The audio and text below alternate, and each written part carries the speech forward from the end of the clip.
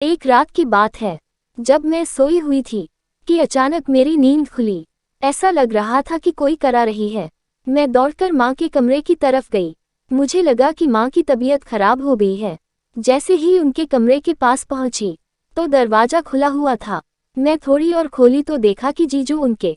मैं चित्रा, उम्र 20 साल, कानपुर की रहने वाली हूँ। मेरी बहन की शादी पिछले साल ही हुई। जीजा जी और दीदी दोनों मिर्जापुर में रहते हैं। वही जीजा जी जॉब करते हैं। मैं और मेरी माँ दोनों साथ रहते हैं। हमारे पिताजी इस दुनिया में नहीं है। इस वजह से भी लता दीदी की शादी जल्दी हो गई थी। तब की अभी मेरी माँ की उम्र 32 साल है। अब हम तीनों ही एक जैसे लगते हैं। माँ मेरी लगती ही नहीं है कि उनकी उम्र इतनी है। पिताजी की डेथ के बाद वह विधवा की तरह रहने लगी। पर वह विधवा कम एक लड़की ज्यादा लगती थी, क्योंकि वह सिंदूर नहीं लगाती थी। हम दोनों की तरह ही कपड़े पहनती हैं। उसके बाद हम लोग ने फ्लैट में शिफ्ट हो गए थे, इसलिए वह हमारी कोई जान पहचान नहीं थी। इस वजह से कोई पॉइंट आउट करने वाला नहीं था। मैं और माँ मजे की जिंदगी जी रही थी। दीदी की शादी के बाद काफी कुछ बदल गया था। मैं माँ बेटी अपना ऑनलाइन बिजनेस शुरू किए और सब कुछ अच्छे से चलने लगा। अब जिंदगी जो कमी थी वह सिर्फ रिश्ते में कमी थी। खुशियाँ थी और शरीर सुख देने वाला कोई नहीं था। यहाँ मैं अपनी माँ के बारे में बात कर रही हूँ। मैं नए जमाने की लड़की हूँ। मैं चाहती हूँ माँ को वो पूरा सुख मिले। जीजा जी ऑफिस के काम से कानपुर आए और हमारे साथ ठहरे। जीजा जी बड़े खुले दिल के इंसान हैं। वो हम लोग की जितनी भी जरूरतें थी, चाहे शॉपिंग की या घर की, सारी पूरा करते थे। पर उनकी कातिल निगाहें, उसे समझ आता था कि वह कुछ और ही चाहते हैं।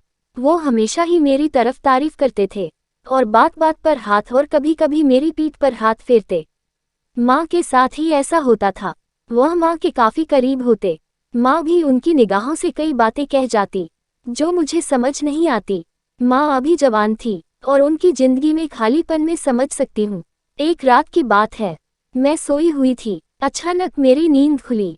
ऐसा लग रहा था कि कोई करा रही है। मैं दौड़कर माँ के कमरे की तरफ गई। मुझे लगा कि माँ की तबीयत खराब हो गई है। ऐसे ही उनके कमरे के पास पहुंची तो थोड़ा दरवाजा खुला हुआ था। मैं थोड़ा और खोली और देखा कि जीजू मुझे देखकर मेरे होश ही उड़ गए थे। ये सब देखकर मैं हैरान हो गई और दोनों एक स्टार की तरह। मेरे तन बदन में आग लग गई। जब माँ आवाज निकालती तो मेरा पूरा शरीर सहर जाता था। मैं अपना होश खो बैठी थी। ऐसा लग रहा था कि माँ कह रही थी कि आप मुझे ऐसे ही खुश रखना, आप मुझे अपनी बड़ी बीवी समझना। अब ये समझना कि आपने मेरी बेटी के साथ साथ मुझसे भी शादी किए हो। अब मर्जी हो वो करना, मेरे साथ में नहीं रोकूंगी। मैं कुछ नहीं कहूंगी, जब चाहे जितना चाहे मुझे करो। तभी माँ ने एक गहरी सांस ली और अगड़ाई ली। जीजा भी रुक गए और वो एक दूसरे के साथ। मैं वहीं पर खड़ी खड़ी हुई रही। माँ आंख बंद कर ली थी। शायद वो बहुत थक गई थी और 15 मिनट के अंदर सो गई थी। जीजू बाहर बाथरूम में आने लगे। मैं वहां से हट नहीं पाई तो वो वहां पहुंच गए थे। मैं उस समय गर्म आग में जल रही थी। मुझ पे भी प्यार का भूत सवार हो गया था। उनके बाहर आते ही मैं उनसे वह भी हैरान हो गए, पर तुरंत संभल गए। वह बोले, क्या आपने सब कुछ देख लिया है? मैं बोली, हाँ सब कुछ, तभी तो पागल हो रही हूँ। जीजा ने अलग तरीके से करीब 3 घंटे तक और माँ और बेटी दोनों को शांत किया।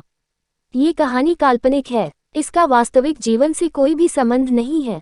अगर कहानी किसी के साथ मेल खाती है तो मात्र एक संयोग कहा जाएगा। वीडियो को लाइक करें और चैनल को सब्सक्राइब जरूर करें। धन्यवाद।